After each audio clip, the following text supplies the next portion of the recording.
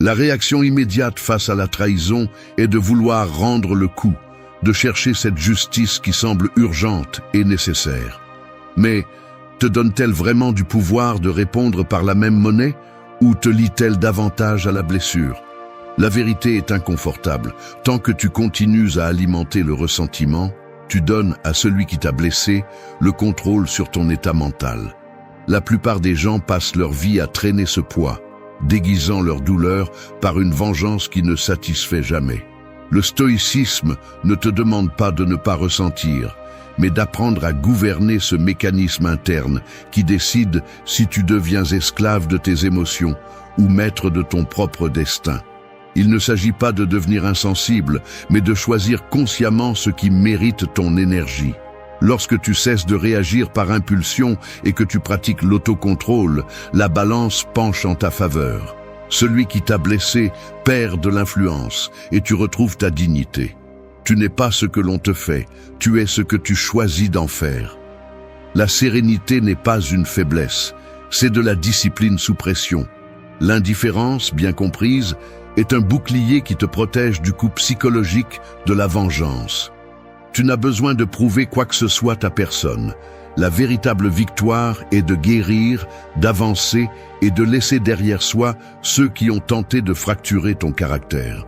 Aujourd'hui, nous allons parler de 8 leçons qui transforment la blessure en force, le ressentiment en liberté. Car la paix intérieure est la seule revanche qui compte vraiment. 1. Maîtrise ta réaction, reprends ton pouvoir. Tu n'es pas une marionnette des émotions que les autres provoquent en toi. C'est aussi simple que cela. Si tu continues à réagir chaque fois que quelqu'un te blesse, tu te traînes dans la boue qu'ils ont eux-mêmes créée et tu deviens, sans t'en rendre compte, l'esclave de leurs actions. Ce besoin de répondre, de rendre le coup, de revendiquer la justice de force est le mécanisme parfait pour perdre le contrôle de ta vie. Demande-toi si tu veux vraiment que celui qui t'a fait du mal continue à avoir ce pouvoir sur toi. Parce qu'à chaque fois que tu choisis d'exploser de colère, que tu te laisses emporter par le ressentiment ou le désir de vengeance, tu remets les clés de ta paix mentale. Ne te trompe pas, la réaction impulsive n'est pas du courage, c'est de la faiblesse déguisée en bravoure. La vraie force est celle qui ne se voit pas, celle qui décide de ne pas bouger face à la provocation, celle qui soutient le regard et ne se rabaisse pas au niveau de celui qui agit sans contrôle. La plupart justifient son manque de maîtrise de soi en blâmant les autres. Il m'a provoqué. Je ne pouvais pas laisser passer. Si je ne réponds pas, je parais faible. Des mots vides pour déguiser un problème interne. L'incapacité de se maîtriser soi-même. Chaque excuse que tu répètes est un investissement dans ta propre médiocrité émotionnelle. Tu t'accroches à ces phrases parce qu'elles sont confortables, parce qu'il est plus facile de blâmer le monde que de prendre la responsabilité de tes réactions.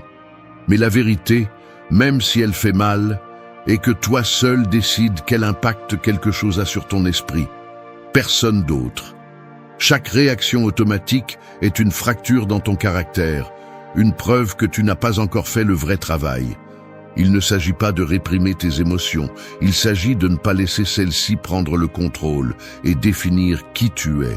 Apprendre à te contenir, à filtrer ce que tu reçois et à répondre seulement quand cela a du sens est l'entraînement mental qui sépare les forts de ceux qui ne font que prétendre l'être. Beaucoup croient que l'indifférence est de la froideur, mais l'indifférence consciente est une déclaration de pouvoir. C'est te refuser à payer la dette émotionnelle que les autres veulent t'imposer. C'est regarder l'offense en face et la laisser tomber d'elle-même, sans la porter, sans la laisser s'accumuler comme un poids inutile sur ton dos. Tu n'as pas besoin de rendre le mal pour prouver ta valeur. En fait, le faire ne fait que confirmer que tu es piégé dans le même cycle toxique qui t'a blessé en premier lieu. L'autocontrôle est la véritable victoire, car il prouve que rien ni personne ne peut déplacer tes fondations internes sans ta permission. C'est la liberté que nous poursuivons et que si peu osent conquérir. Tu n'es pas obligé de porter les attentes des autres, ni de réagir pour satisfaire ton propre ego blessé. Chaque fois que tu choisis le calme et l'autocontrôle, tu reprends un peu plus du pouvoir qu'on a essayé de te ravir. Ne confonds pas la passivité avec la paix. Ta décision de ne pas répondre n'est pas de la soumission, c'est un contrôle total sur toi-même. Le succès, le dépassement de soi et la tranquillité d'esprit sont le coup le plus fort que tu puisses porter, car ils montrent que tu n'as pas seulement survécu à la blessure, mais que tu l'as utilisée pour grandir. N'oublie pas ceci, celui qui parvient à contrôler sa réaction contrôle son destin. Ta paix n'est pas négociable. Ton pouvoir ne se discute pas. 2. Choisis l'autocontrôle plutôt que la colère. La colère ne te rend pas plus fort, elle te rend plus prévisible, plus facile à manipuler, plus vulnérable que tu ne veux l'admettre. Cet élan de vouloir rendre le coup, de hausser la voix et de revendiquer ta position est le reflet automatique d'un système nerveux qui n'a jamais appris à attendre. La réalité est inconfortable. Grandir, c'est apprendre à supporter l'inconfort de l'injustice sans permettre qu'elle te transforme en ce qui t'a blessé. Beaucoup se disent que exploser, crier, exiger est la bonne chose à faire. Ils appellent cela authenticité. Ils appellent cela dignité. Mais au fond, c'est de la peur déguisée. Peur de paraître faible, peur de perdre le contrôle, peur de se regarder dans le miroir et de ne pas reconnaître qui prend les décisions. L'autocontrôle commence par une renonciation brutale. Cesser de justifier tes accès de colère et accepter que la fureur, bien que momentanément agréable, est un piège qui t'attache à la douleur subie. Si tu prends un moment pour observer ce processus interne, tu te rends compte que la colère est une réaction automatique, pas un choix conscient. C'est la somme de vieilles blessures, de croyances installées sans filtre, d'habitudes émotionnelles que tu as apprises quand tu ne savais pas te défendre autrement. Le désir de vengeance apparaît parce que le cerveau veut restaurer l'équilibre, mais en réalité, il ne fait que perpétuer le cycle de la douleur. Chaque fois que tu choisis de réagir avec colère, tu renforces une identité fragile, une qui dépend du conflit pour se sentir vivante. L'autocontrôle, en revanche, est la décision de ne pas alimenter cette identité. C'est le muscle qui se renforce lorsque tu laisses passer l'insulte, lorsque tu ne réponds pas à la provocation, lorsque tu choisis de te soucier de ton propre bien-être, au lieu de donner ton énergie à celui qui t'a blessé. Rien n'est plus difficile que de se contenir lorsque tout en toi exige d'exploser. Mais là réside la différence. L'autocontrôle n'est pas de l'insensibilité, c'est la maturité émotionnelle. C'est savoir que tu peux ressentir sans agir sous l'emprise de l'émotion. C'est la capacité de t'observer au milieu de la colère et de ne pas permettre à cet état de définir tes paroles ni tes actes. Beaucoup confondent l'autocontrôle avec la répression. Ils croient qu'il s'agit d'annuler ce qu'ils ressentent, de le cacher sous un masque de calme factice. Mais la réalité est différente. La maîtrise de soi ne nie pas la douleur, elle la gère. Elle la reconnaît, la respire, la laisse être sans permettre qu'elle contamine le présent. C'est une gestion consciente, un filtre qui te protège de la réaction impulsive et te permet de répondre depuis un endroit plus ferme. La colère que tu ne contrôles pas te rend otage de ton propre passé. Celle que tu apprends à canaliser se transforme en énergie pour avancer. C'est pourquoi la véritable liberté émotionnelle n'est pas de ne pas ressentir de colère, mais de ne pas lui obéir aveuglément lorsqu'elle apparaît. L'autocontrôle est ton bouclier. Personne ne peut te prendre ce que tu choisis de ne pas donner. Tu n'as besoin de prouver quoi que ce soit à personne lorsque tu te contrôles. Il n'y a pas de trophée à gagner dans une bataille de cris, ni de médaille pour avoir le dernier mot dans une discussion. Il y a quelque chose de bien plus précieux. La tranquillité de savoir que tu n'as pas perdu ton essence dans la tentative de prouver ta force. Laisse les autres tomber dans le jeu de la provocation. Choisis la discipline intérieure.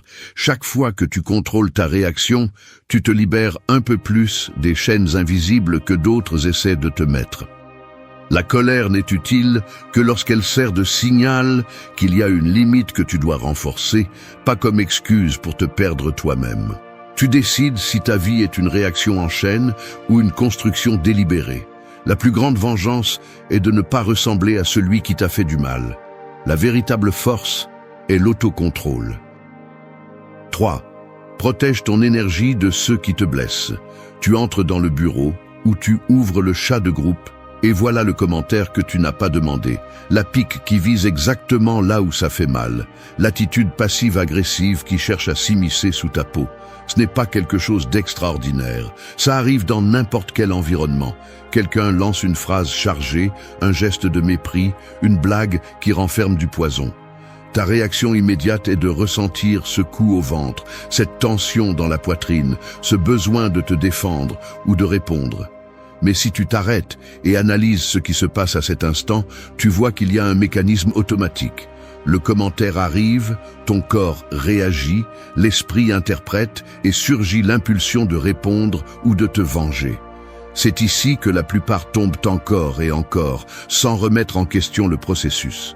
Il s'agit d'une chaîne de stimulus et de réponses si ancrée qu'elle semble naturelle, alors qu'en réalité, c'est une construction mentale que tu peux déconstruire.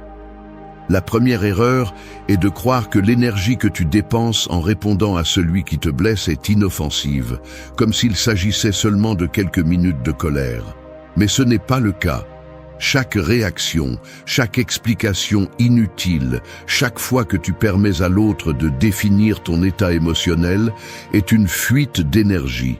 Ces petites pertes s'accumulent et finissent par drainer ta vitalité, altérer ton humeur et contaminer ta journée. Si tu l'analyses froidement, réagir face à chaque provocation est comme ouvrir un compte bancaire commun avec tes agresseurs émotionnels. Chaque fois que tu te fâches, tu fais un dépôt en leur nom et tu te retrouves dans le rouge.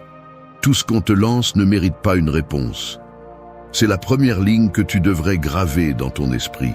Au fond, protéger ton énergie est une question de stratégie mentale. Cela ne signifie pas ignorer tout, ni devenir un robot sans émotion, mais reconnaître quelles batailles méritent ton attention et lesquelles ne font que perpétuer le même cycle d'épuisement. Quand quelqu'un te blesse, ton ego exige une réparation immédiate.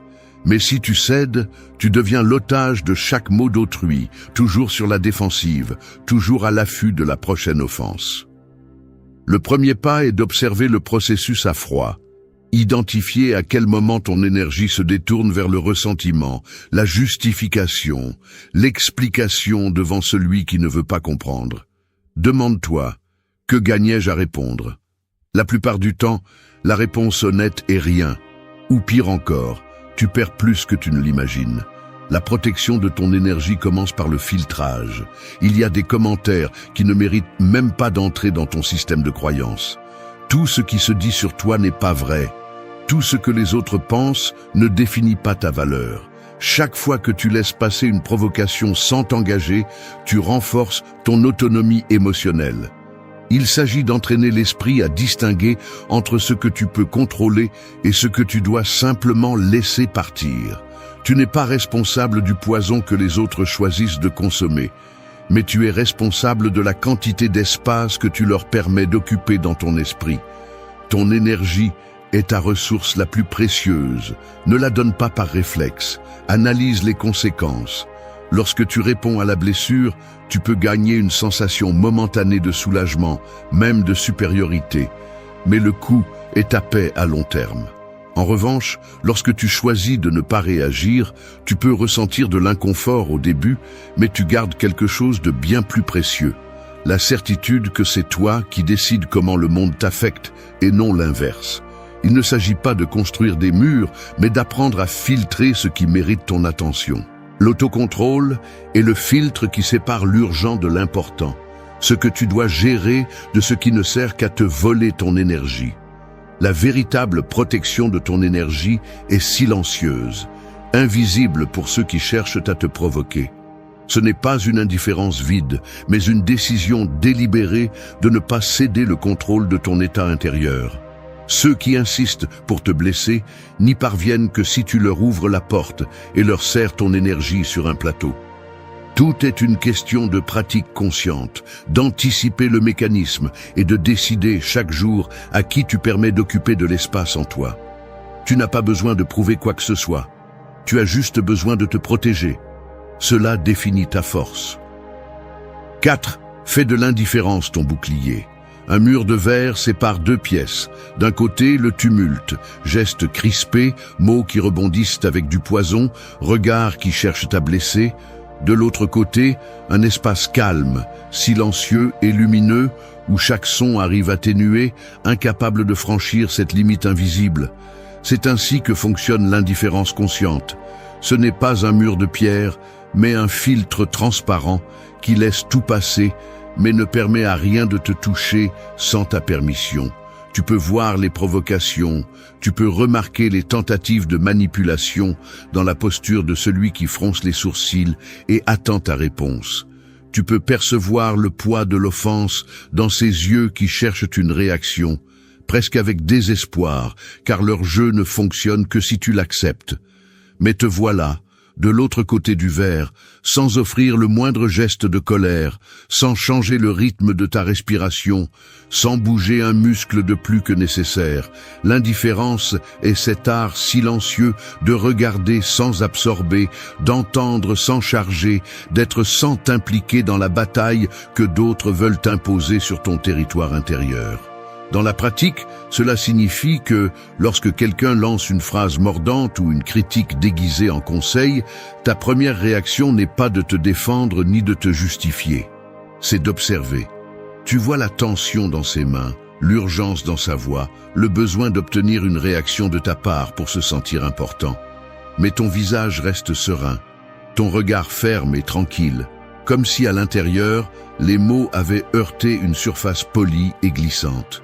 Tu ne cèdes pas le contrôle de ton état intérieur, tu ne transformes pas cette provocation en centre de ta journée. Le pouvoir de l'indifférence consciente ne réside pas dans l'ignorance de l'existence du conflit, mais dans le choix délibéré de ce à quoi tu donnes ton attention. Cela se reflète dans de petits détails. Tu ne presses pas le pas, tu ne changes pas de ton, tu ne cherches pas de validation dans le regard des autres. Simplement, tu laisses l'émotion passer par ton esprit comme l'eau coule sur une surface cirée, sans laisser de traces ni de marques. Beaucoup confondent ce geste avec de la faiblesse ou de l'apathie, mais en réalité, cela nécessite une maîtrise féroce. Il est facile d'exploser, facile de tomber dans le piège de la réponse automatique, facile de rendre la blessure avec une autre blessure. Ce qui est difficile, c'est de garder son calme lorsque tout ton corps exige une revanche. Ce qui est difficile, c'est de maintenir la sérénité sans que l'effort ne se remarque, comme celui qui tient un verre rempli jusqu'au bord et ne renverse pas une goutte. Là se trouve la paradoxe. La véritable indifférence n'est pas froideur. C'est une décision active de ne pas laisser les autres te définir. C'est un muscle mental qui se renforce chaque fois que tu choisis de ne pas répondre, chaque fois que tu restes entier face à l'attaque silencieuse des attentes des autres. Tu n'es pas ce que les autres pensent de toi. C'est une phrase que tu devrais te tatouer dans l'esprit. Chaque jour, la vie te met à l'épreuve dans des scénarios où la provocation est presque un rituel. Discussions familiales, réunions de travail, rencontres sociales, pleines de compétitions subtiles. À ces moments-là, l'ego s'inquiète, le corps se tend, le sang semble demander justice. Mais si tu entraînes l'indifférence comme bouclier, tu commences à voir le mécanisme. Tu réalises que toute tentative d'offense n'est qu'une invitation à un jeu que tu peux refuser. Tu ne deviens pas de pierre, tu ne t'isoles pas. Simplement, tu choisis où dépenser ton énergie. Et même si au début l'indifférence dérange ceux qui cherchent à te blesser, peu à peu, ils apprennent qu'ils ne peuvent pas entrer dans ton espace mental si tu n'ouvres pas la porte. La plus grande déclaration de pouvoir n'est pas la réponse mordante, mais le silence qui n'a pas besoin de se justifier. Fais de l'indifférence ton bouclier. Ce n'est pas le vide ni l'absence, c'est la clarté. C'est la défense intérieure de celui qui ne gaspille plus sa vie dans des batailles étrangères, de celui qui préfère la paix réelle au faux triomphe d'une réaction. La plus grande victoire est de maintenir intacte ta sérénité lorsque tout autour de toi veut la briser. Ta sérénité est ta meilleure armure. 5. Grandis là où d'autres cherchent à te détruire. Je vais te le dire sans détour, personne ne veut l'admettre, mais il y a une part de toi qui espère voir tomber celui qui t'a blessé. Tu y penses, même si tu le nies. Tu souhaites, même en silence, que la vie lui rende la monnaie de sa pièce, qu'il reçoive une dose de son propre poison. C'est inconfortable de le reconnaître parce que ton orgueil veut le déguiser en justice. Mais au fond, c'est juste un besoin de vengeance, une fantaisie enfantine d'équilibre qui n'arrive jamais. Cet instinct est humain, mais c'est aussi une prison mentale. Car tant que tu restes obsédé par la blessure et par celui qui l'a causée, tant que tu passes tes journées à ressasser la trahison comme si cela pouvait changer le passé, tu restes bloqué exactement à l'endroit que l'on a choisi pour toi. C'est toi qui t'attaches à la version la plus limitée de toi-même, la victime qui ne sait que regarder en arrière, celui qui gaspille son énergie dans le ressentiment et remet à plus tard sa véritable croissance en attendant des excuses qui n'arrivent jamais. Il n'y a pas d'auto-illusion plus coûteuse que celle-ci. Les gens faibles se consument à chercher un moyen de rendre le coup. Ils s'accrochent à la colère parce que cela leur donne temporairement un sentiment de pouvoir, parce qu'il est plus facile de nourrir la haine que d'accepter la responsabilité de guérir. Ils passent leur vie à rivaliser contre des fantômes, mesurant leur valeur en fonction des blessures reçues. Sais-tu où cette course se termine ? Dans l'amertume, dans l'épuisement, dans la répétition infinie du même conflit sous de nouveaux masques. Si tu restes là, tu ne fais que permettre à celui qui t'a blessé de rester l'architecte de ton destin. Tu as fait de ta douleur une excuse, une ancre. Chaque jour que tu passes à attendre une réparation est un jour perdu pour ta construction personnelle. Il n'y a aucun mérite à être celui qui souffre le plus, ni à devenir le reflet de l'injustice que tu as vécue. C'est le piège. Rester petit là où d'autres ont voulu te voir réduit. L'alternative est brutale, car elle exige de l'honnêteté. Grandir là où d'autres ont essayé de te détruire. Il n'y a pas de gloire dans le ressentiment, pas de dignité dans la revanche. Le véritable acte de force est de te relever, non pas pour prouver quoi que ce soit à quiconque, mais pour cesser d'être la somme de tes blessures. La croissance est inconfortable, car elle exige que tu cesses d'attendre une réparation externe et que tu commences à investir en toi, même si cela fait mal.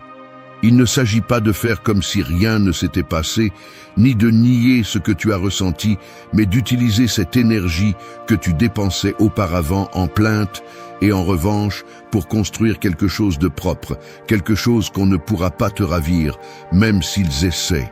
La croissance consciente est la réponse que personne n'attend, celle qui désarme ceux qui ont voulu te voir petit. Car rien n'incommode plus l'agresseur que de te voir avancer, que de réaliser qu'il n'a plus le moindre contrôle sur tes émotions, ni sur tes résultats. Tu n'as pas besoin de devenir martyr, ni héros de ton propre drame. Prends tes responsabilités.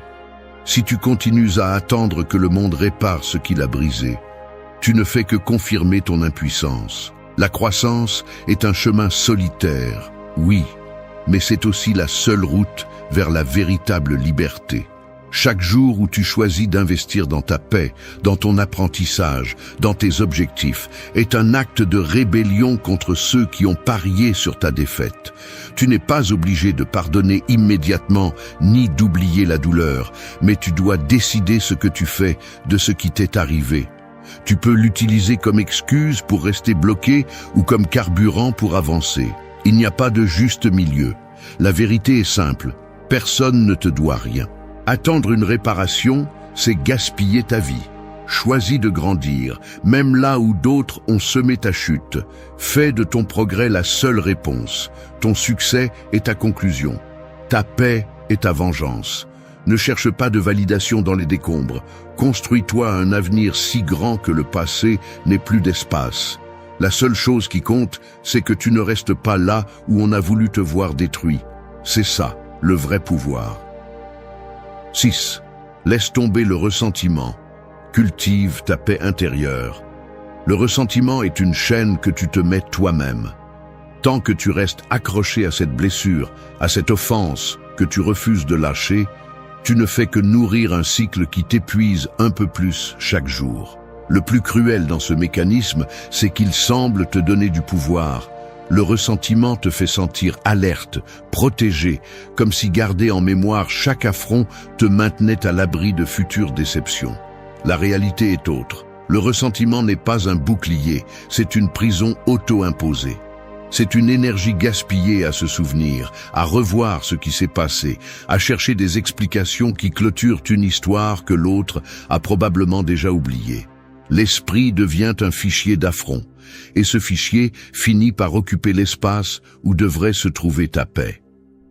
Le ressentiment est une habitude mentale.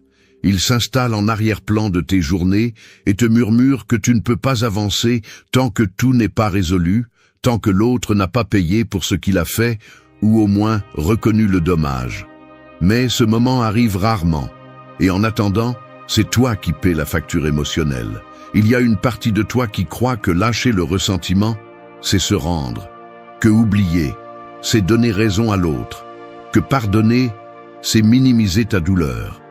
Mais ce n'est qu'une distorsion de ton ego blessé, une défense qui te vole en réalité ta liberté. Il ne s'agit pas de nier ce qui t'est arrivé, ni de justifier le mal, mais de cesser de permettre au passé de rythmer ton présent. Garder le ressentiment, c'est comme investir dans une dette qui ne génère pas d'intérêt. Elle ne fait qu'accumuler du poids. Laisse tomber le ressentiment et tu verras comment ton énergie change. Le premier effet est inconfortable. Ton esprit cherchera des raisons de rester attaché, de justifier l'offense, de maintenir vivante l'histoire qui t'a fait victime. Mais si tu traverses ce moment inconfortable, ce qui suit est un soulagement. C'est comme laisser tomber un sac à dos que tu portais depuis si longtemps que tu avais oublié à quel point la vie pouvait être légère. La paix intérieure ne surgit pas d'un acte héroïque, mais d'une série de petites décisions conscientes. Chaque fois que tu choisis de ne pas revenir au passé, chaque fois que tu refuses de nourrir le ressentiment, chaque fois que tu décides de poser des limites sans charger de colère. L'autocontrôle s'entraîne dans ces instants presque invisibles où tu pourrais retomber dans l'ancienne habitude, mais tu choisis d'avancer.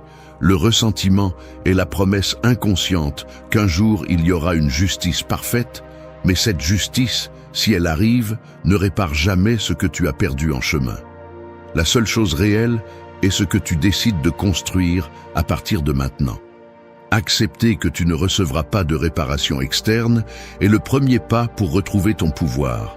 La véritable force réside dans la fermeture du cycle, dans le fait de regarder le passé comme une leçon et non comme une condamnation. Tu n'as pas besoin de réconciliation, ni d'excuses, ni de justice divine.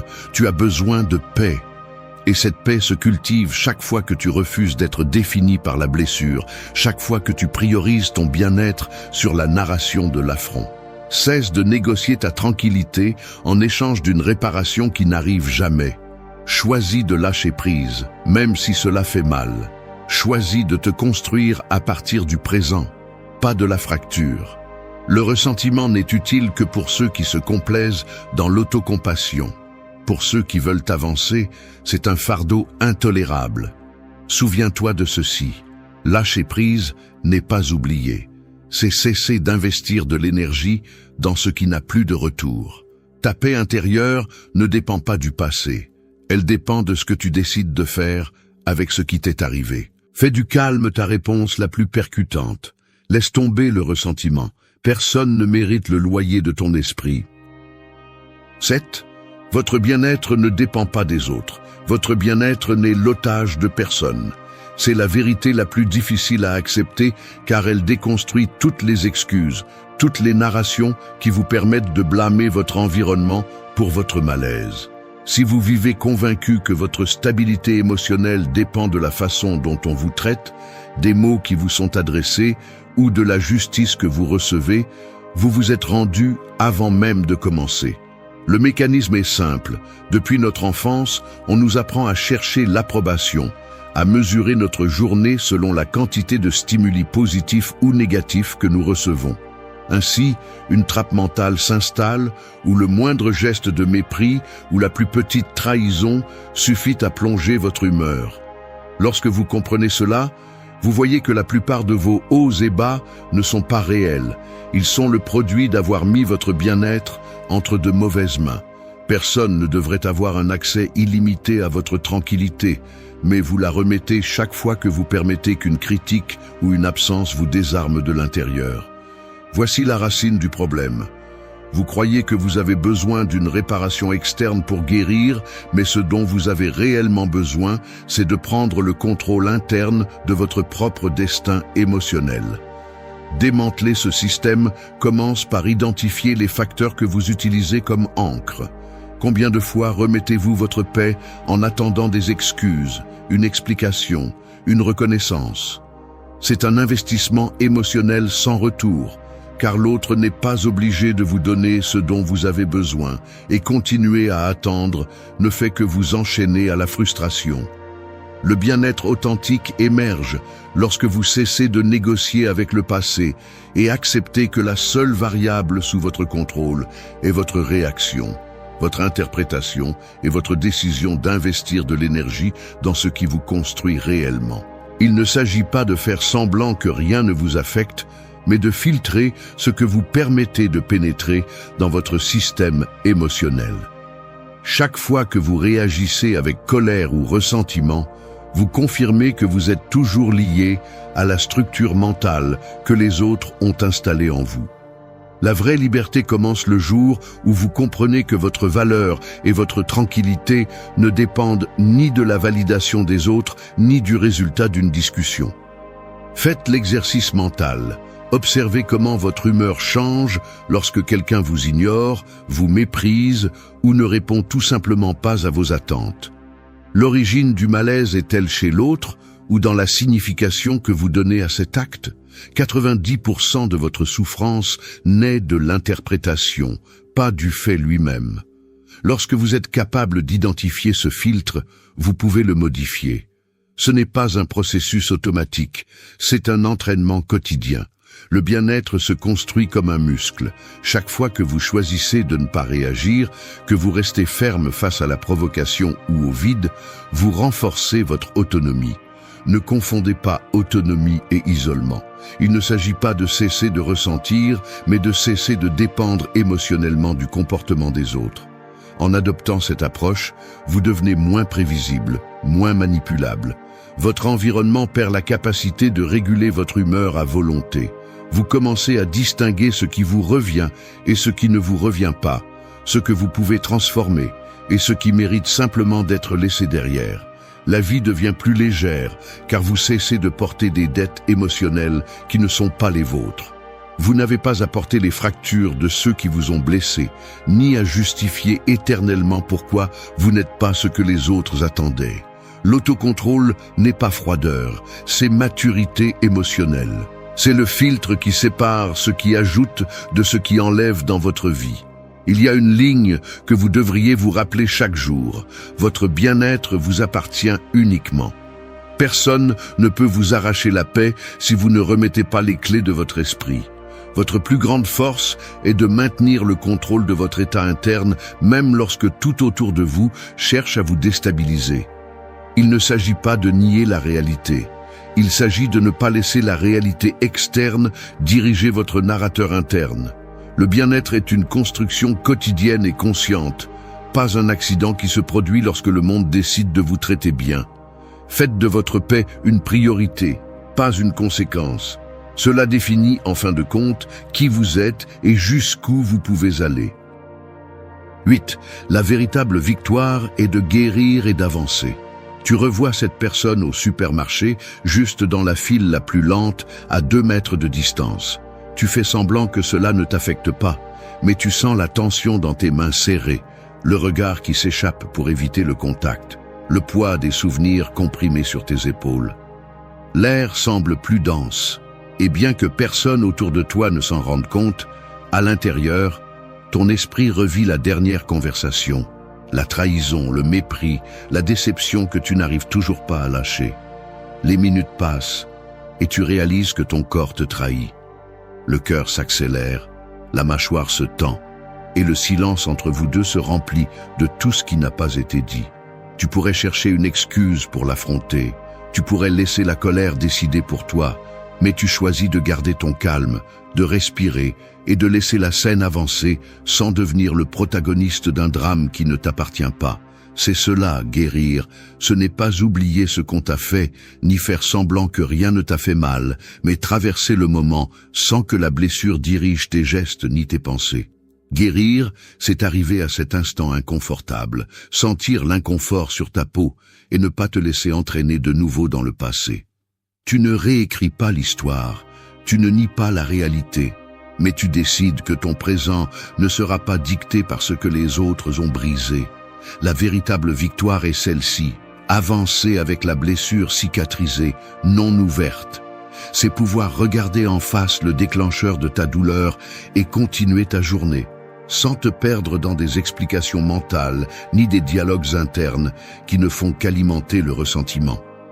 C'est un geste petit et silencieux, mais c'est celui qui coûte le plus. Parce que l'instinct te murmure qu'il n'y aura de justice que si l'autre souffre au moins autant que toi, que tu as besoin d'une sorte de réparation, d'une excuse, d'un signe que la balance s'équilibre. Mais la vie te concède rarement cette fermeture parfaite. Le seul contrôle réel est celui que tu exerces sur tes propres réactions. Il y a un détail que la plupart ignorent. La guérison authentique ne se sent pas héroïque, ni spectaculaire. Elle est plutôt discrète, parfois inconfortable, comme quand tu réalises que tu n'as plus besoin de parler du sujet, que l'histoire a perdu de son poids, que la présence de cette personne ne dicte plus ton humeur. Tu cesses de chercher des alliés pour ta version, tu cesses de passer en revue les faits en espérant trouver une fissure par où glisser ta vengeance. L'esprit cesse de fabriquer des scénarios de revanche et commence à investir dans ce que tu as devant toi. Ton travail, tes projets, tes relations exemptes de dettes émotionnelles. Guérir, c'est clore le cycle sans attendre que l'autre le valide. C'est te dire à toi-même « je ne porte plus cela ». Cette phrase, bien que brève, est la déclaration d'indépendance la plus forte que tu puisses faire. L'avancée est visible dans de petits détails. Quand tu peux entendre le nom de celui qui t'a blessé sans ressentir cette douleur automatique dans l'estomac, quand tu peux passer par les lieux partagés sans que la nostalgie ne t'entraîne, quand la colère cesse d'occuper le premier plan et cède la place au calme. Il ne s'agit pas de nier la mémoire, mais de lui retirer le pouvoir de définir ton état actuel. Guérir et avancer, c'est en essence recommencer à investir ton énergie dans le présent, dans ce qui compte, dans ce qui te construit.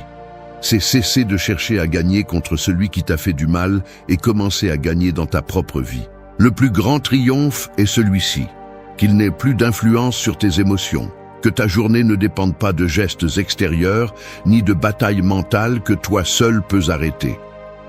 Guérir n'est pas oublier, c'est lâcher le contrôle du passé. C'est la phrase que tu devrais te rappeler quand l'orgueil demande une revanche. Il n'y a pas de victoire plus grande que de pouvoir marcher la tête haute, sans chaînes invisibles, sans avoir besoin de prouver quoi que ce soit à quiconque. La croissance personnelle est la destination finale de toute douleur bien gérée. Avance, même si c'est difficile. La véritable vengeance est que ta vie continue, en paix, tandis que le passé reste derrière. Fais de ta guérison la réponse la plus forte. Ton bien-être est la seule véritable récompense. Merci d'être resté jusqu'à la fin de la vidéo. Si vous avez tout vu, commentez « Je suis stoïcien » comme notre signe secret, indiquant que vous êtes un véritable apprenant du stoïcisme. N'oubliez pas de vous abonner et de liker la vidéo si elle vous a plu. Rendez-vous dans la prochaine vidéo et rappelez-vous, continuez à cultiver votre esprit stoïque.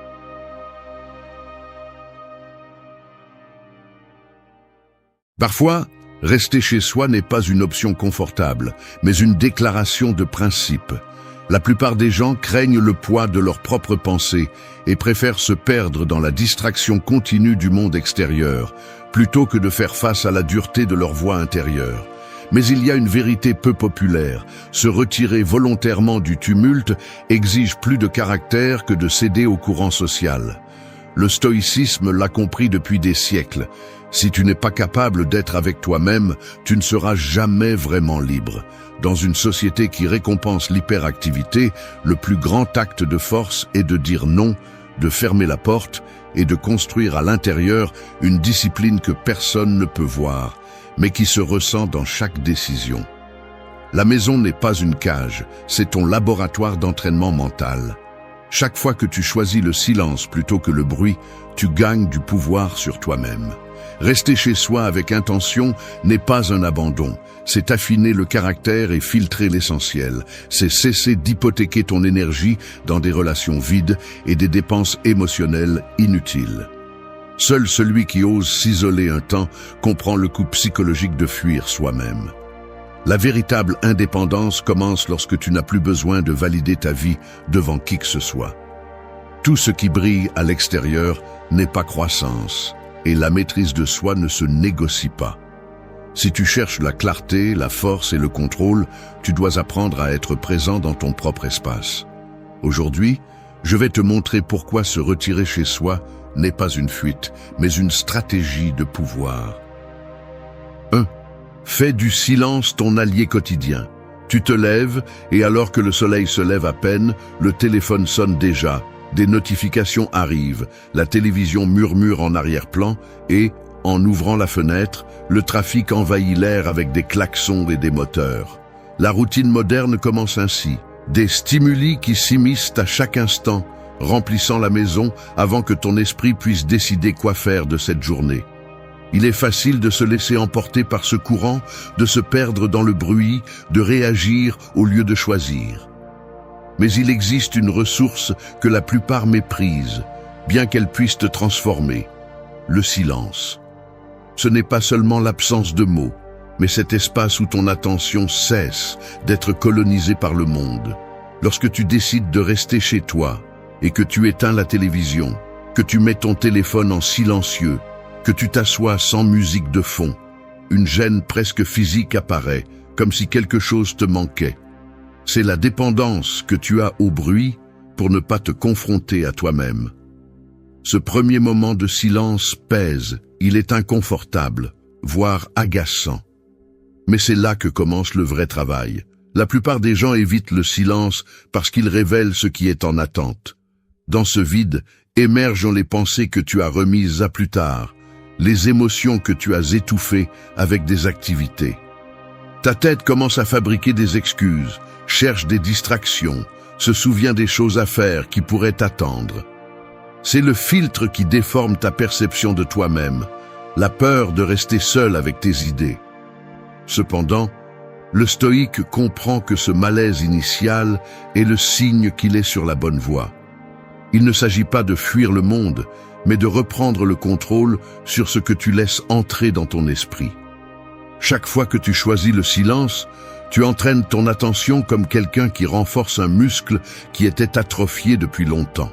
Tu n'as pas besoin d'une retraite à la montagne, il te suffit de fermer la porte et de rester immobile quelques minutes. Tu commences à remarquer des détails que tu ignorais auparavant. Le son de ta respiration, le frottement des vêtements, le rythme de tes propres pensées. Le silence te permet de voir le mécanisme mental qui te pousse à fuir, à chercher une validation à l'extérieur, à hypothéquer ta paix pour l'approbation des autres. Chez toi, sans distraction, tu peux observer ces impulsions sans bouger. Tu te rends compte de combien de décisions tu as prises juste pour combler le vide, de combien d'énergie tu perds à essayer de faire partie de conversations qui ne t'apportent rien. Le silence révèle la dette émotionnelle que tu traînes en ne t'écoutant pas. Reste là, supporte l'inconfort, car c'est le prix de la clarté.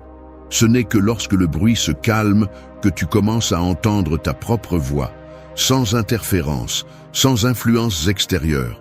Tu découvres des opinions qui ne sont pas les tiennes, des désirs hérités, des peurs qui ne t'appartiennent pas. Le silence devient le meilleur filtre, il sépare l'essentiel de l'accessoire. Fais du silence ton allié quotidien. Ce n'est pas un luxe, c'est une nécessité. Une journée vécue sans un moment de silence est une occasion manquée pour te comprendre. Lorsque tu entraînes cette habitude, tu construis de la discipline, car tu choisis délibérément ce qui entre dans ta vie. L'autodiscipline n'est pas seulement dire non à ce qui te fait du mal, mais aussi te permettre l'espace pour décider avec lucidité. Le silence te donne cette marge. Il te prépare à agir avec intention, non par réflexe. Accepter le silence est un acte de courage. La plupart fuient ce qu'ils découvrent à l'intérieur. Mais celui qui affronte cet espace et apprend à le soutenir gagne un avantage considérable sur les autres. La clarté est pouvoir. La présence s'entraîne dans le calme. Respire, reste, écoute. La véritable force se forge dans le calme que tu choisis. 2. Protège ton esprit des distractions inutiles. Je vais être honnête. Parfois, j'ai l'impression que mon esprit est comme une maison sans porte, trop exposée à tout ce qui se passe à l'extérieur. Peu importe combien d'intentions j'ai de garder le contrôle. Chaque fois que je laisse un canal ouvert, que ce soit un écran, une conversation superficielle, le bourdonnement des réseaux, quelque chose s'infiltre et s'installe là où je ne l'ai pas invité. Il y a des jours où je ne réalise même pas combien d'espace je cède à l'inutile, car le mécanisme est si automatique qu'il semble naturel. La réalité est que, même si j'aimerais penser que je suis maître de mon attention, la plupart du temps, je ne fais que réagir à ce que les autres décident de mettre devant moi. Et c'est le conflit. Le confort de se laisser porter contre la tension de poser des limites. Je me suis rendu compte que protéger l'esprit n'est pas seulement une question de volonté, mais de vigilance constante. C'est inconfortable de l'admettre, mais une grande partie de ma fatigue mentale vient du fait que je n'ai pas été assez jaloux de ce que je permets d'entrer. Être honnête à ce sujet fait mal. La plupart de mes distractions ne sont pas des accidents, ce sont des concessions. Ce sont la petite trahison quotidienne à mes propres priorités. Le plus difficile dans la mise en place de limites aux distractions, c'est que beaucoup d'entre elles ne se présentent pas comme des menaces, mais comme des soulagements momentanés. C'est là que l'auto-tromperie opère avec le plus de force. Tu accueilles le divertissement, la conversation insignifiante, en pensant que tu as besoin de te reposer. Mais ce que tu fais réellement, c'est hypothéquer ta clarté en échange de quelques minutes d'anesthésie mentale. Mon esprit cherche des excuses. Juste quelques vidéos, répondre rapidement à ce message, vérifier une fois de plus. Mais je sais qu'il y a derrière chaque concession une facture qui s'accumule. Une dette d'attention qui se paie ensuite par la fatigue, l'anxiété et un sentiment de vide. Protéger l'esprit des distractions inutiles est un acte d'autodéfense, car chaque minute perdue dans la superficialité est un investissement perdu dans ce qui compte vraiment. Ressentir le poids de cette accumulation m'a obligé à remettre en question la valeur réelle de mon temps et le coût caché de chaque interruption. La difficulté réside dans le fait que le monde t'éduque à être disponible, à réagir, à ne rien manquer de vraiment important. Mais personne ne t'avertit que la saturation est l'ennemi de la profondeur. Si tu ne filtres pas avec rigueur, tout finit par se mélanger. Tes véritables intérêts se diluent dans l'avalanche de l'irrélevant. L'autodiscipline commence là, à ce point inconfortable où tu dois te dire non à toi-même et le maintenir. Je ne parle pas de contrôler chaque seconde, ni de vivre obsédé, mais de créer une zone protégée, un minimum vital où ton esprit ne soit pas assiégé. La maison peut et doit être ce refuge. Si tu ne prends pas soin de cet espace, tout le reste perd son sens. L'esprit est un territoire qui se défend chaque jour. J'ai constaté que plus je tolère le trivial, moins j'ai de tolérance pour l'effort réel. L'excès de stimuli abaisse le seuil de ce que je suis capable de supporter. De petites distractions érodent de ma capacité de concentration, comme des gouttes qui usent la pierre. Ce n'est pas seulement une question de productivité, mais de dignité personnelle. Il est facile de laisser la journée se remplir d'interruptions et, à la fin, de se sentir épuisé sans avoir avancé dans l'essentiel. C'est pourquoi protéger l'esprit n'est pas un luxe, c'est un devoir. La clarté a un prix.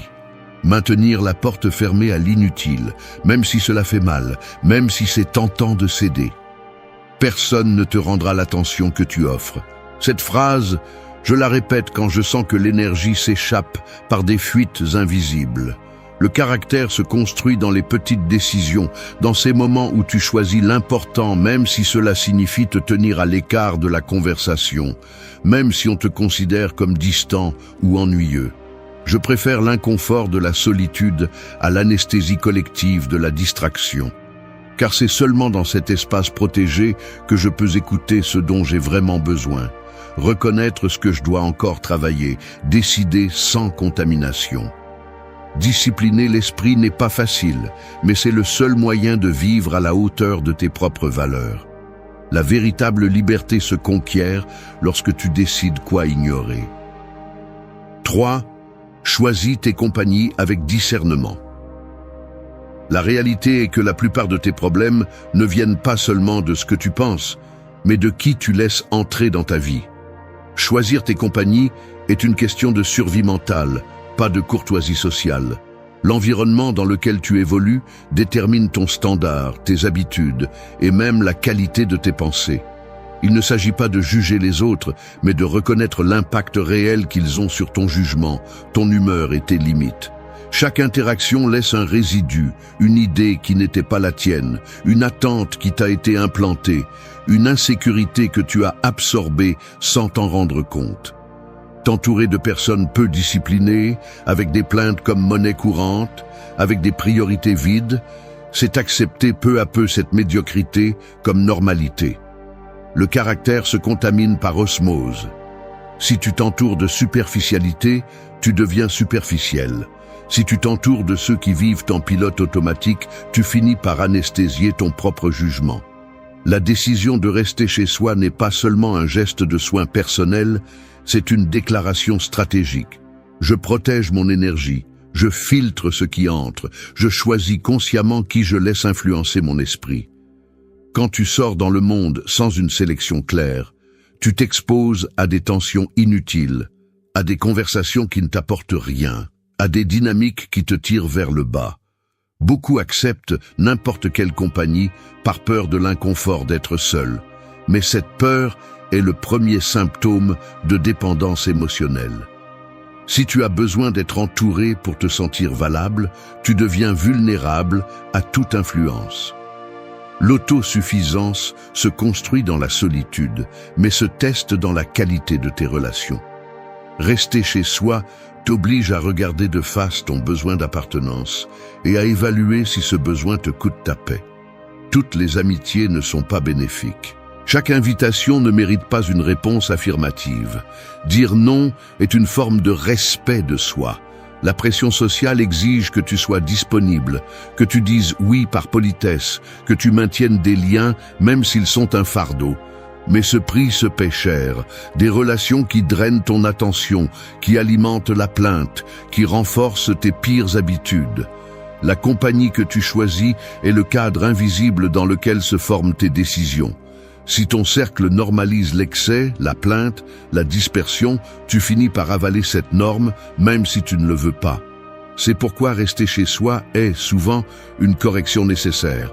Tu te donnes de l'espace pour réviser, pour filtrer, pour couper ce qui ne t'élève pas. Certains diront que tu t'isoles, que tu deviens froid, mais la réalité est que la solitude momentanée est le prix de la clarté. Mieux vaut être seul que entouré de ce qui te fragilise. La compagnie est un investissement ou une dette. Apprendre à discerner qui tu laisses entrer est un acte de maturité. Il ne s'agit pas de chercher la perfection chez les autres, mais d'exiger de la cohérence avec tes propres valeurs. Celui qui se discipline dans la solitude développe un radar plus fin pour détecter ce qui lui nuit. Quand tu réduis le contact avec l'inutile, tu commences à remarquer quel est le coût émotionnel de tolérer ce qui ne te correspond pas. Tu n'as pas à justifier ton retrait, ni à expliquer ton silence. Le droit de protéger ton espace mental est au-dessus de toute attente extérieure. Tout le monde ne mérite pas d'accéder à ton temps, ni à tes pensées. Sélectionne sans culpabilité. La vie est trop courte pour hypothéquer ta santé mentale dans des relations qui ne font que prendre de la place. La qualité de tes compagnies définit le plafond de ta croissance. Si tu aspires à la clarté, à la discipline et à un but, tu ne peux pas t'entourer de ceux qui vivent sans direction. Si tu veux la paix, éloigne-toi des agendas chaotiques. Si tu cherches la profondeur, fuis la superficialité. Choisis avec rigueur, même si cela fait mal. La force commence par savoir dire non. Personne ne prend soin de ton esprit à ta place. Le filtre, c'est toi. Seul celui qui protège son cercle protège son caractère. Ne sacrifie pas ta paix pour le confort de t'intégrer. Décide qui ajoute, qui enlève et agis en conséquence. Choisis avec fermeté, même si cela signifie rester seul pendant un temps. La solitude sélective est le terrain où croît la véritable liberté. 4. Priorise ton énergie sur l'essentiel. La journée est comme une batterie qui commence pleine, et sans t'en rendre compte, tu la décharges par des fuites invisibles. Des messages qui ne te mènent nulle part, des tâches que tu acceptes juste pour faire plaisir, des promesses que tu fais au détriment de ton énergie et de ton attention. À la fin, tu te demandes pourquoi tu arrives épuisé le soir, sans force pour ce qui compte vraiment. Ce n'est pas un hasard. La plupart des gens gaspillent leur meilleure énergie sur des choses sans importance et se plaignent ensuite de ne pas avoir de temps ni de clarté pour l'essentiel. Ici, il n'y a pas de place pour l'autocompassion. Si tu continues à offrir ta force vitale à tout ce qui ne compte pas, tu te condamnes à une vie médiocre. C'est aussi simple que ça. Le stoïque ne négocie pas son énergie, il l'investit. Il ne se laisse pas voler par les voleurs d'attention, ni par ses propres excuses déguisées en engagement ou en gentillesse. Être sélectif avec ce que tu fais, avec qui tu parles et où tu mets le focus n'est pas de l'égoïsme, c'est une question de survie mentale. Personne ne va te demander la permission d'envahir ton temps, c'est à toi d'apprendre à le protéger. Rester chez soi n'est pas fuir, c'est fermer le coffre-fort où tu gardes ce qu'il y a de plus précieux. Ta capacité à décider. Là, loin du bruit, tu peux voir avec une brutalité honnête où s'en va ta vie. As-tu vraiment besoin de vérifier chaque message dès qu'il arrive? Vas-tu continuer à accepter des réunions, des invitations ou des responsabilités juste parce que tu ne sais pas dire non? Chaque décision médiocre est un trou par lequel s'échappe ton énergie. Le plus grand auto-illusion est de croire que tu peux tout gérer, qu'un peu de dispersion ne fait pas de mal. Faux. L'épuisement est cumulatif et le prix, c'est toi qui le paies, pas ceux qui exigent ton temps. La discipline ne se mesure pas par le nombre d'activités qui remplissent ta journée, mais par la qualité de ce que tu choisis de soutenir. Plus ton focus est essentiel, plus ton caractère devient puissant. La dispersion est la marque de la faiblesse. Il faut le dire clairement, se laisser emporter par l'urgence est le piège de ceux qui n'atteignent jamais l'important. Le monde t'applaudit pour être occupé, mais ne te prévient pas du prix que tu paies en but et en direction. L'autodiscipline n'est pas seulement une question de volonté, mais d'intelligence stratégique. Tu ne peux pas donner le meilleur de toi-même si tu passes ta vie à éteindre des feux étrangers. Et non, ta valeur ne se mesure pas au nombre de choses que tu as ouvertes en même temps. Le véritable respect de soi se démontre dans les renoncements quotidiens, dans la capacité de s'éloigner de l'accessoire, même si tout le monde insiste sur le fait que ce n'est pas grave pour un petit moment de plus. Celui qui dit oui à tout finit vide, amer et sans direction. Le secret réside dans la priorisation stricte, sans sentimentalité. Tout ne mérite pas ton énergie. Il y a des engagements qui n'existent que parce que tu n'oses pas déranger. Il y a des activités qui te maintiennent occupé juste pour t'éviter le vide, de faire face à l'essentiel. Le caractère se fracture chaque fois que tu choisis le facile plutôt que l'important. L'excellence n'est pas un accident, c'est la conséquence d'un filtre implacable. La maison, bien utilisée, est ce champ d'entraînement où tu apprends à distinguer ce qui ajoute de ce qui draine. L'énergie que tu économises dans le trivial se multiplie dans le transcendant. C'est la loi. Il n'y a pas d'accomplissement significatif si tu te dépenses dans ce que n'importe qui peut faire. Si tu choisis l'essentiel, ta présence pèse plus, ta parole vaut plus et ton avancement est réel. Ne te trompe pas, personne ne va prioriser à ta place. Si tu n'es pas brutalement honnête avec ce que tu choisis, le monde le fera pour toi et son agenda ne sera jamais le tien. Chaque fois que tu dis non à ce qui est superficiel, tu renforces le muscle de l'autodiscipline. Chaque fois que tu renonces à la fausse urgence, tu reprends le pouvoir sur ta vie. L'énergie est limitée, la gaspiller est l'acte le plus coûteux que tu puisses commettre. Assez d'excuses, la vie se raccourcit à chaque choix sans importance. Si tu veux de la clarté et de la force, investis ton énergie uniquement dans l'essentiel. Ce que tu laisses de côté définit ce que tu peux accomplir. Décide aujourd'hui, soit tu te disperses, soit tu grandis. Il n'y a pas de milieu. 5. Renforce ton indépendance émotionnelle sans excuse. La dépendance émotionnelle est la chaîne la plus lourde que tu traînes sans t'en rendre compte. Il suffit de regarder les gestes quotidiens, l'impulsion de vérifier ton téléphone en attendant une réponse, le tic nerveux quand personne n'écrit, l'anxiété qui monte lorsque les notifications s'éteignent. Tu es assis sur le canapé, la lumière tamisée dessine le contour de meubles statiques, et pourtant, le silence ne suffit pas. Tu veux que quelqu'un te confirme que tu existes, que ta présence compte. Tu regardes par la fenêtre, tu vois les lumières de la rue, la vie qui continue dehors, et à l'intérieur, cette petite voix s'active, exigeant de la validation, te poussant à chercher chez les autres le sens ou le soulagement. C'est ainsi que fonctionne le mécanisme. Chaque fois que tu ne supportes pas ton propre espace, tu entraînes le besoin d'approbation, de compagnie, de stimulation externe. C'est une dette émotionnelle qui ne se termine jamais de se rembourser, car le solde dépend de facteurs que tu ne contrôles pas. L'attention des autres, leurs mots, leurs gestes, leur humeur.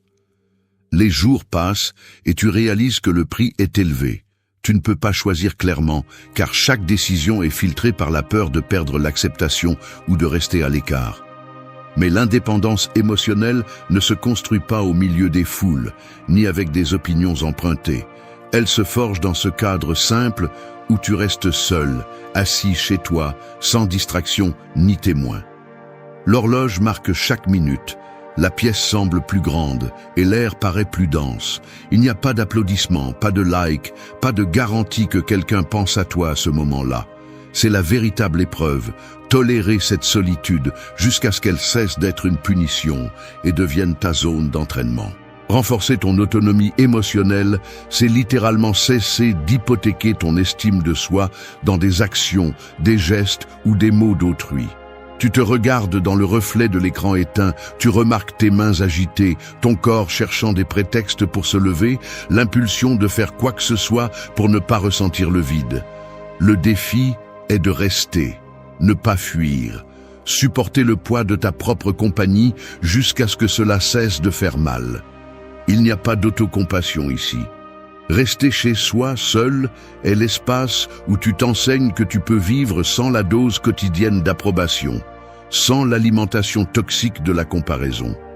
C'est la salle de sport où tu entraînes le muscle psychologique le plus sous-estimé, celui de te supporter et de te respecter sans fioriture ni masque. Tu regardes le téléphone, tu le laisses face cachée. Tu vois ton reflet dans l'écran noir et tu ne bouges pas. Tu ne cherches pas de distraction, tu n'inventes pas d'urgence. Tu ressens l'inconfort physique de l'esprit qui veut fuir, la tension dans la mâchoire, les épaules rigides. Tu le tolères. Parce que tu sais qu'à chaque minute où tu supportes cet inconfort, tu défais un vieux nœud, la dépendance des autres pour te sentir valable. Personne ne peut te donner ce crédit, seul toi peux te l'enlever.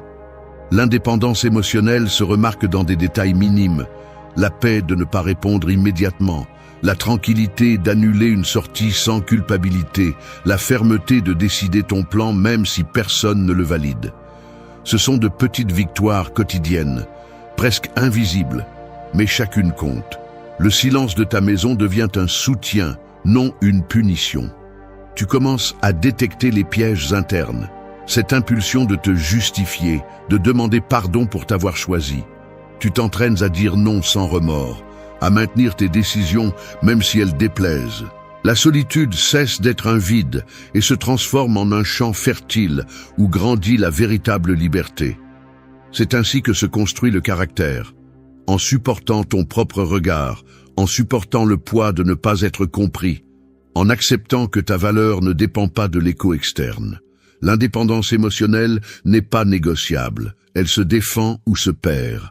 Personne ne peut vivre ta vie à ta place. La véritable maturité est de ne pas demander la permission d'être qui tu es. 6. Améliore tes compétences dans ton propre espace.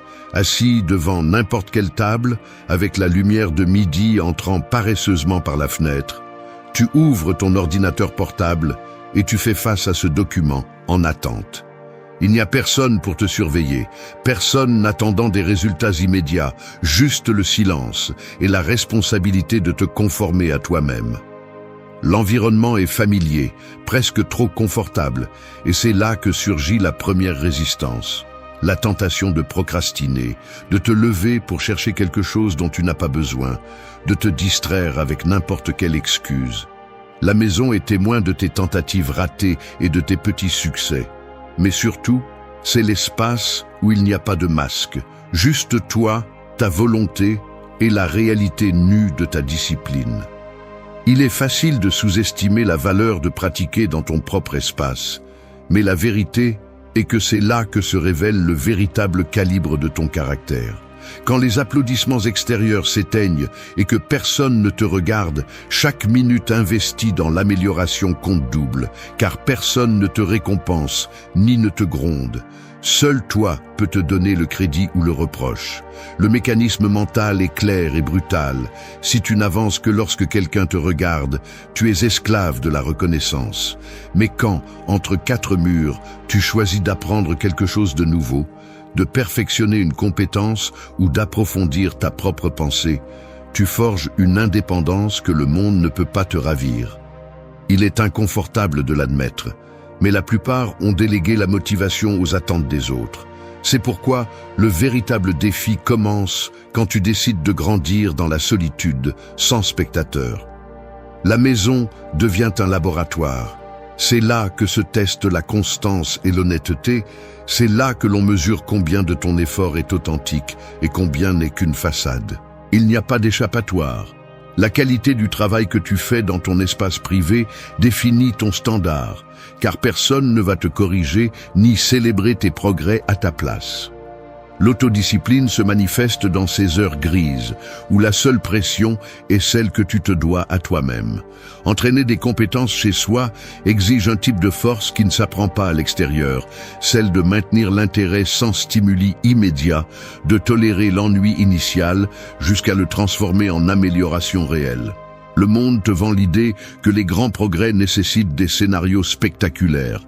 Mais la vérité est que l'excellence se forge dans des répétitions anonymes, dans des tentatives ratées que seul toi observes.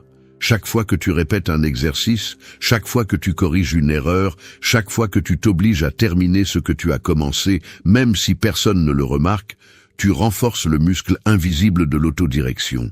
Ce que tu es capable de faire quand personne ne te demande rien, c'est ce que tu es vraiment. Il ne suffit pas d'avoir de bonnes intentions ou des discours internes motivants.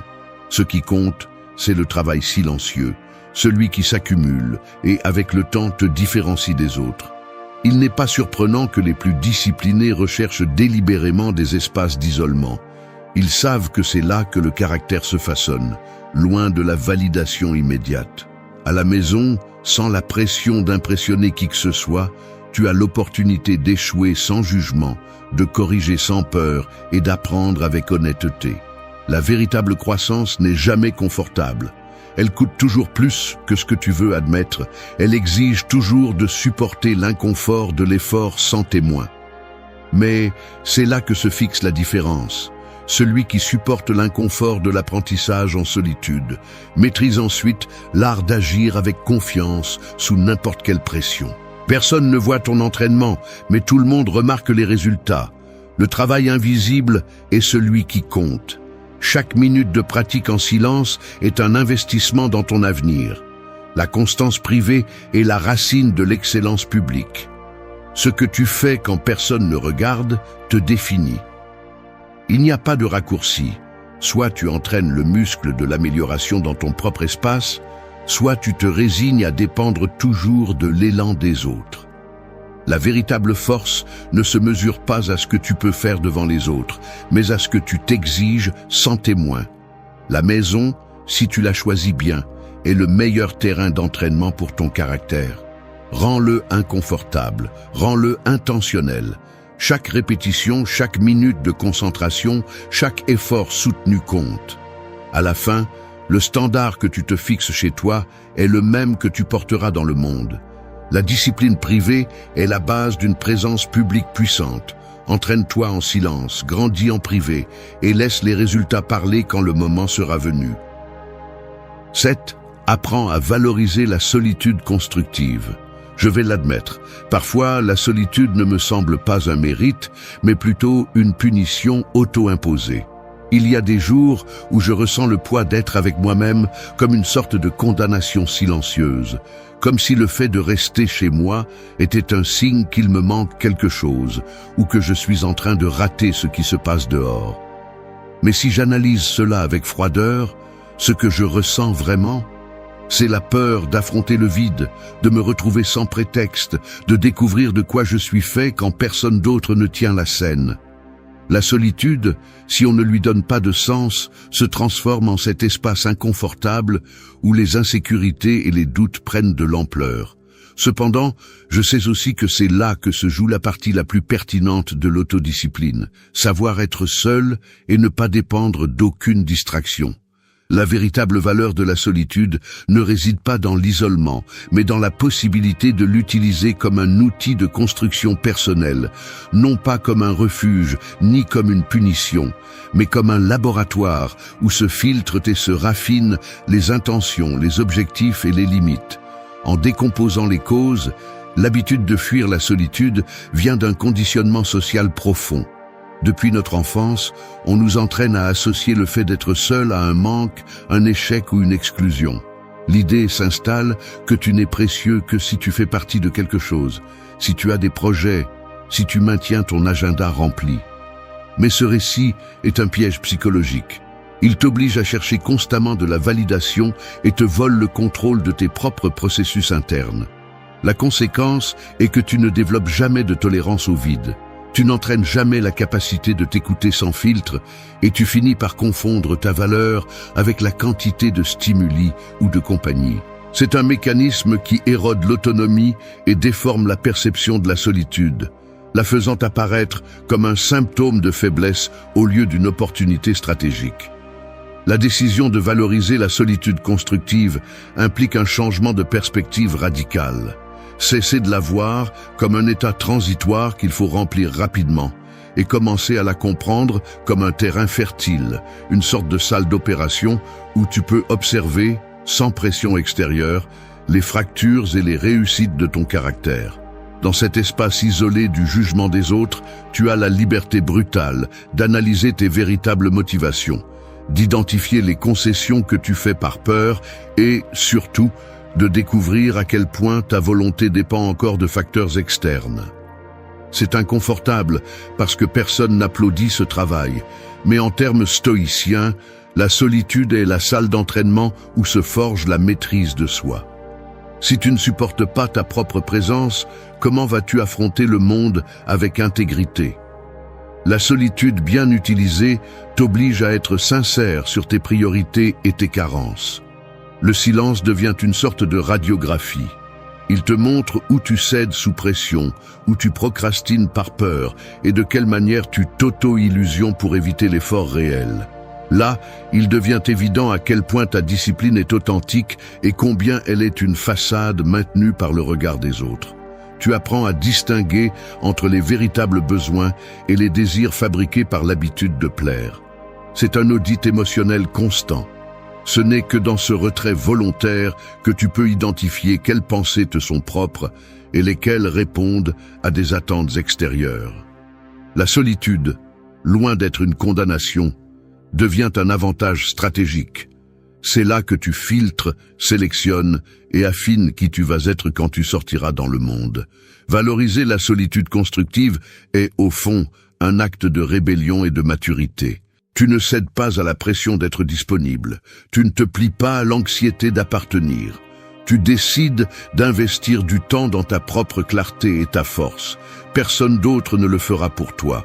La solitude ne te diminue pas, elle te préserve. En elle, tu deviens maître de tes décisions et protecteur de ton énergie. Une phrase à graver: celui qui apprend à être seul n'est jamais orphelin de lui-même. Et une autre: la solitude est le filtre où se distille le caractère. Il ne s'agit pas de t'isoler du monde, mais de construire une base interne si solide qu'aucune foule ne puisse te déstabiliser.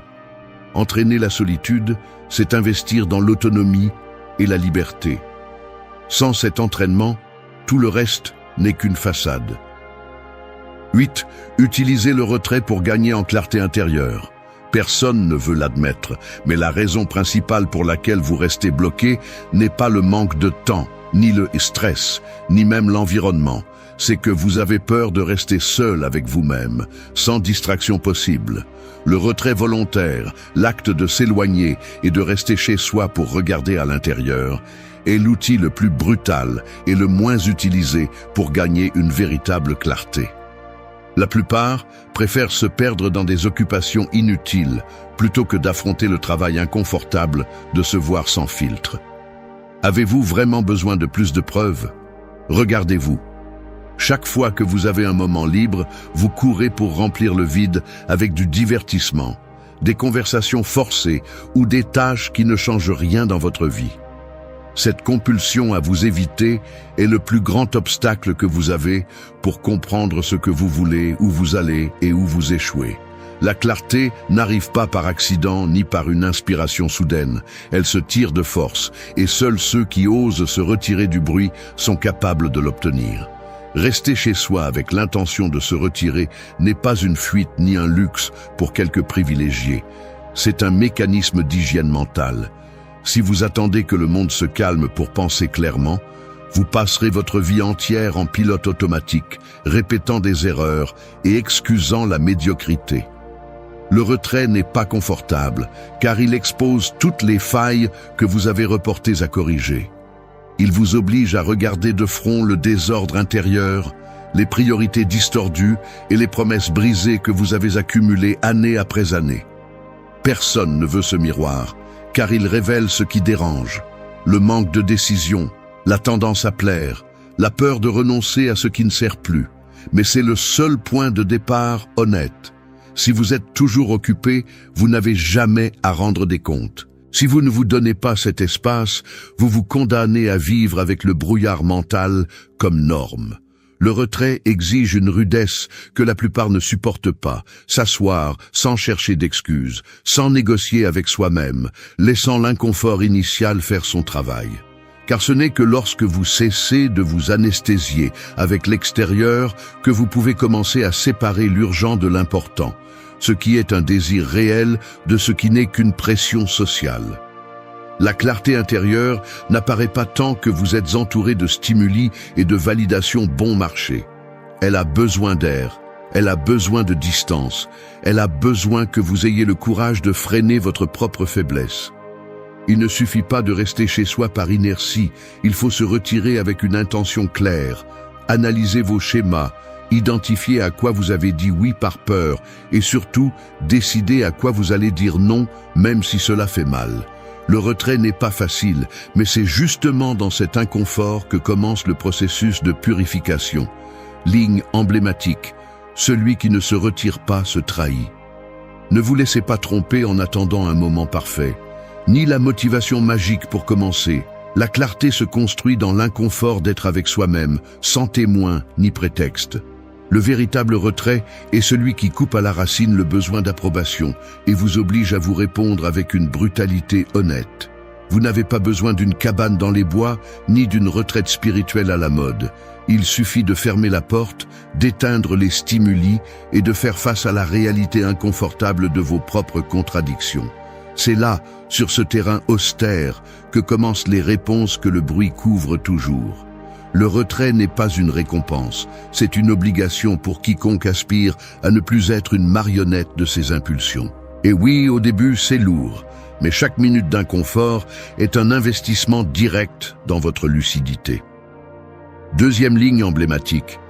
Le retrait est la chirurgie qui sépare l'authentique de l'imposé. Le monde va toujours vous tenter avec de nouvelles distractions, des excuses fraîches et des promesses vides que vous aurez le temps. Ne tombez pas dans le piège.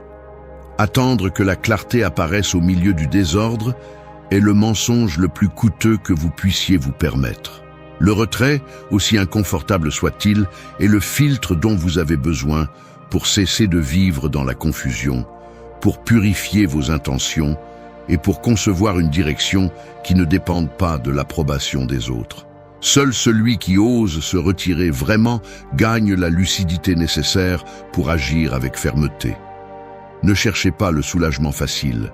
Cherchez ce qui vous dérange et restez-y. La clarté est un privilège réservé à ceux qui supportent le poids du retrait.